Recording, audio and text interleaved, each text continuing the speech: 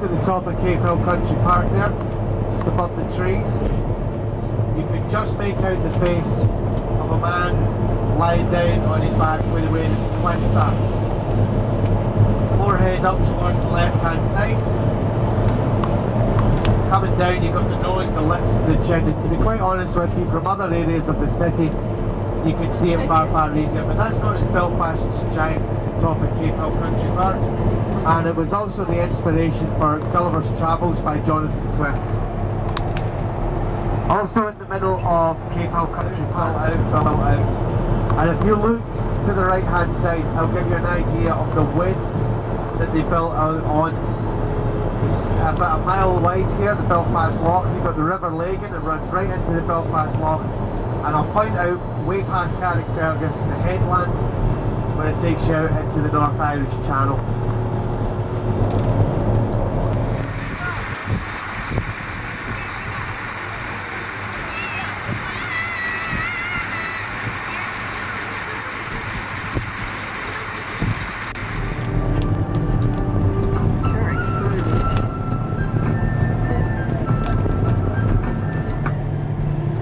Okay, ladies and gentlemen, that was Carrick-a-rede Castle. We're just on our way up to the Carrick-a-rede road bridge now, and because it's a good 2-hour drive from here to the Carrick-a-rede road bridge, we'll be stopping for 15 minutes in about an hour's time at Carrick-a-rede. Just enough time for a bit of a toilet break, grab a cup of coffee from the shop, and just take 15 minutes out.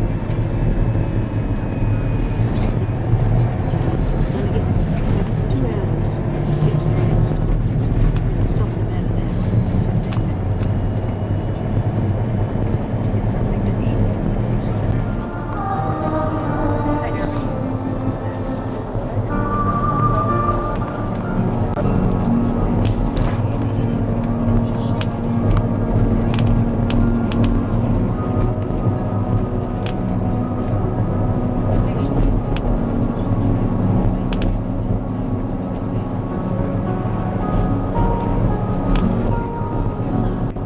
Just to let you know, folks, oh wow, microphone's working better.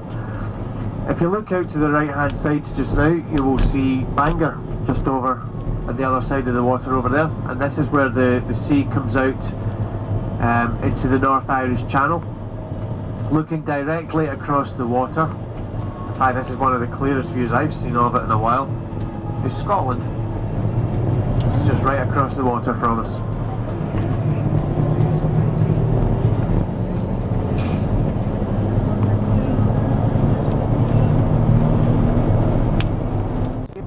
From here, Scotland's only maybe about 20 miles away, and the closest point from anywhere in Northern Ireland to Scotland is Ballycastle to the Mull of Kintyre, which is one of the Scottish islands, and that's a distance of 12 miles.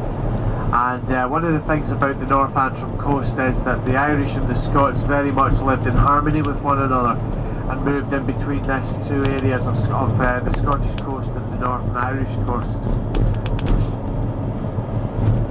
It's got Whitehead, it's just down on the right hand side of us. Really nice wee town. If you're into steam railways, the Railway Society is based down at Whitehead.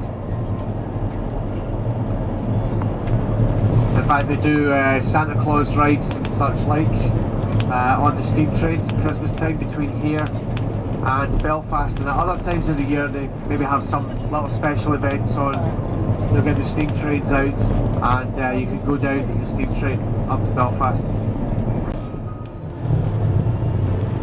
Okay folks, this is Larne that we're going through just now.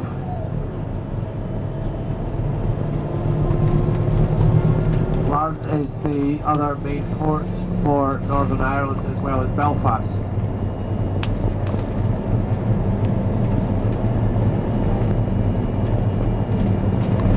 Here you can get the ferry to Stranraer, Kenryan and Troon, which is about a 45-minute railway ride to Glasgow from Troon.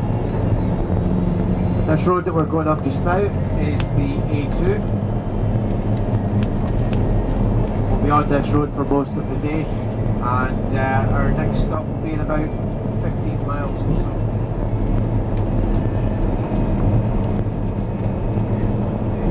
A2 was built to make the North Antrim coast an awful lot more accessible as what it actually was.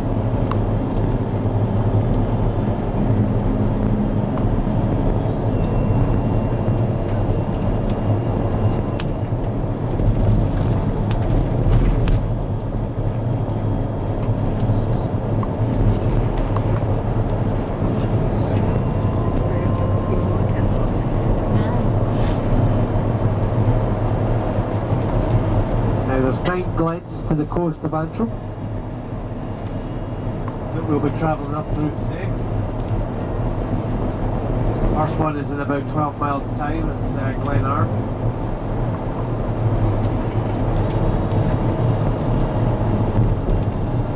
The word glen is actually a Scottish word which means valley. Now we'll also be passing through plenty of other places as well with the name Valley in front of the name. Ballycastle, Ballygally, Ballybina, Ballybogey, Ballytober, various places named Bally, B-A-L-L-Y in its name. The name Bally is an Irish word, and that means town or town of. So for example, the first town we went through with the name Bally in its name is Ballygally, so that would just basically mean town of Gally.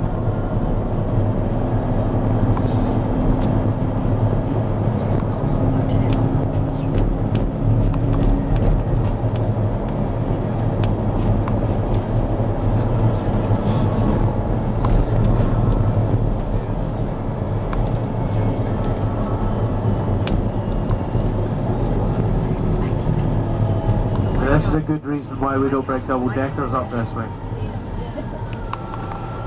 We don't have a sunroof going through here yet.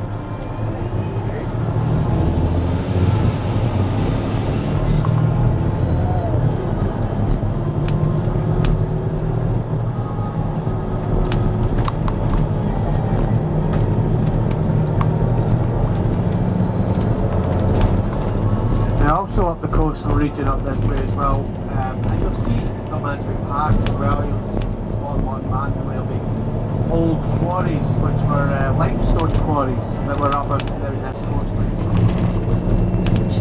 The Ballygally Castle Hotel is reputed to be the most haunted hotel of the North Antrim coast. It's said that the ghost of Lady Isabella Shaw roams the rooms, and it's said as well that on one particular night a year, mainly Halloween, they have a special offer on in the hotel where you can spend the night for free, as long as you spend it in the haunted room, and as long as you spend the entire night there. This is it, just in here to the left. Now the Ballygally Castle Hotel is owned by the Hastings Group, who also own the Stormont Hotel, which is right across from Stormont Castle.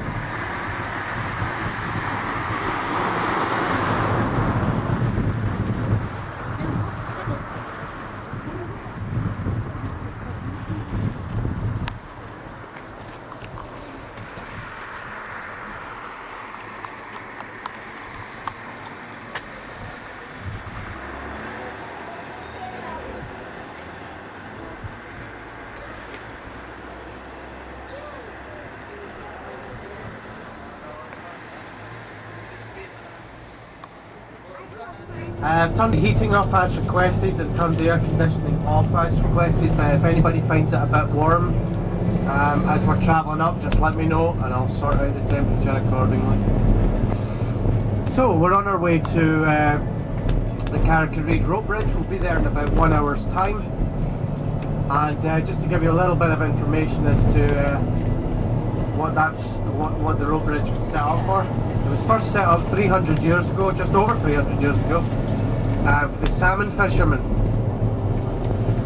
The River Bush flows up through Bushmills, and it's the best salmon river, one of the best salmon rivers in Ireland. Basically the fish comes out of the River Bush, hugs the shoreline, comes right the way around to where the Carrick-a-rede rope bridge is, goes underneath where the Carrick-a-rede rope bridge is, and out to sea from there. The rocks just come right out. You don't want them to come in and say hello.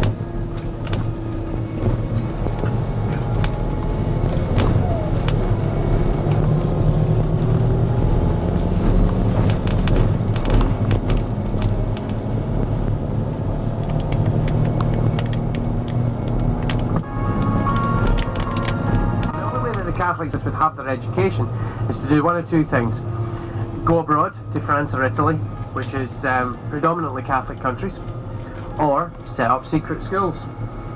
It's a hedge. And the caves were pretty much secret schools. Now there's 3 caves up here that I'm going to show you. One was a blacksmith's shop, the other was the school. Now if you look through these trees on the right hand side, you'll be able to see the Glen Dun Viaduct. It's just towards the front of us at the right hand side. We're going to be crossing the viaduct in just a second. And what I'm going to do is I'm going to slow down when we go over the viaduct, because the views up both sides of the glen are absolutely brilliant. But I think that the view out the right hand side is just that little bit better than on the left. You look right down below us and you'll see the river as we cross up the glen.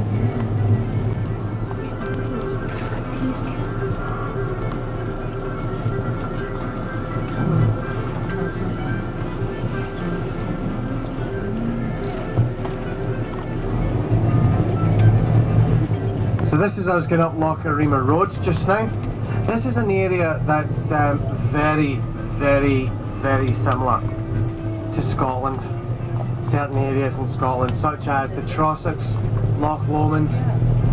For anybody who's ever been to Scotland, you'll probably agree with me. For those who have come across from Scotland, this is the one area that they've always went, oh my goodness, this is just like home. The two countries are unbelievably similar in as much as the landscape, the people that live in them, even the way that things were in the past,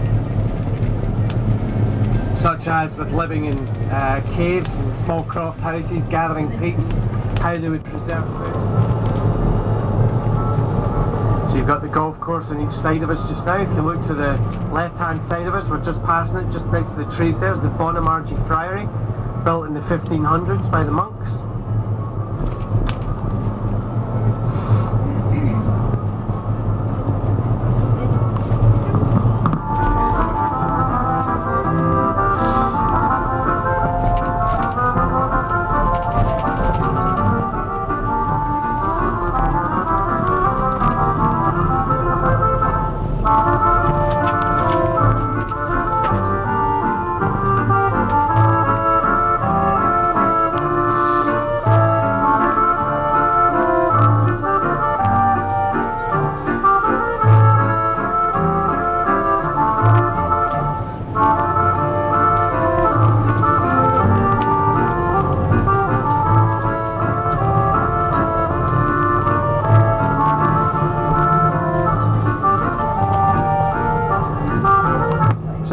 Seaside town of Ballycastle we're going through just now.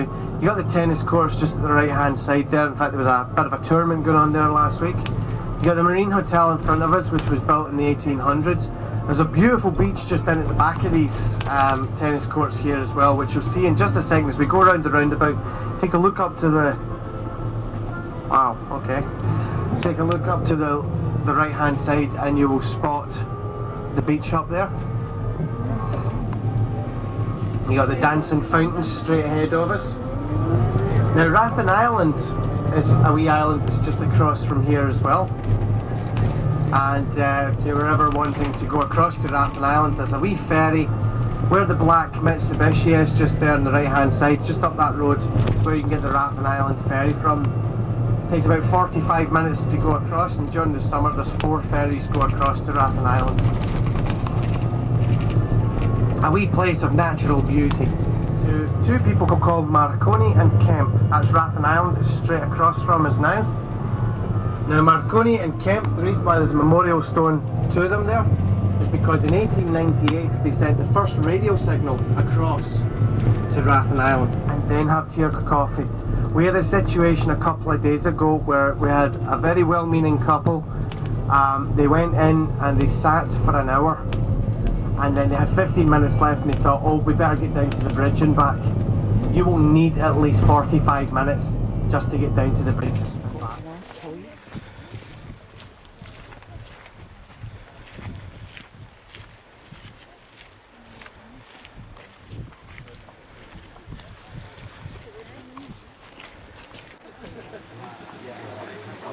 Waiting.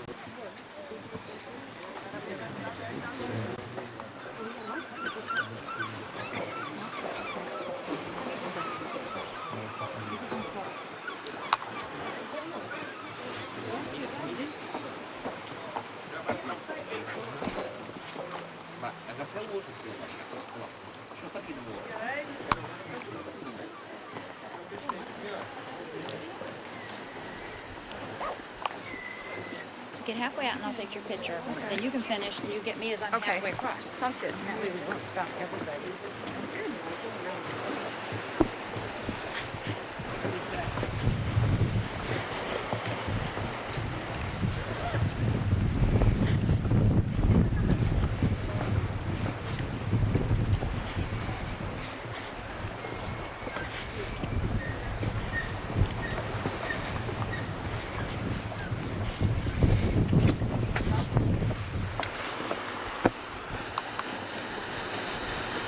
Oops, excuse me.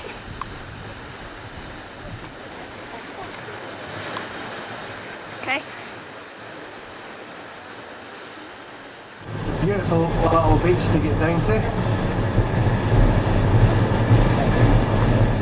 have to be honest though, my personal favourite beach is actually just up from Dunluce Castle, which is just about 8 miles up the road from here.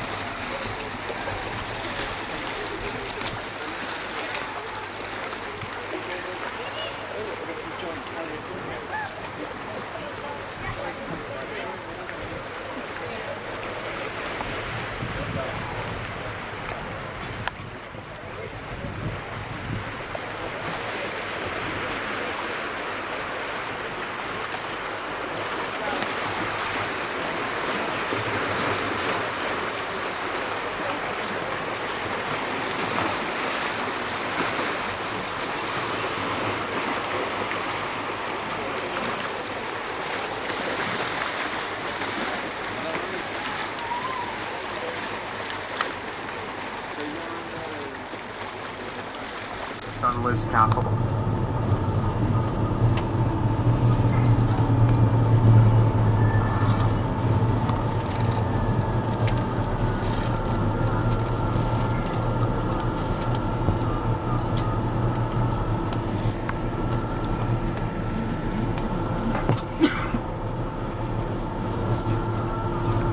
Now you can see that it sits right on the edge of the rocks there, in my opinion, in the Antrim coast. And also if you're into surfing, that's the beach to go to as well.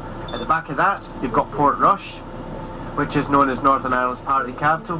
And although you can't see it, straight across the water, you might be able to just make it out, but straight across the water, directly at the back of Port Rush, is County Donegal, which is part of Southern Ireland. Now if you look out to the right hand side, and you'll see what looks like a steeple sticking out of the water. That steeple sticking out of the water is actually a marker for a ship called the Girona that sank in 1580.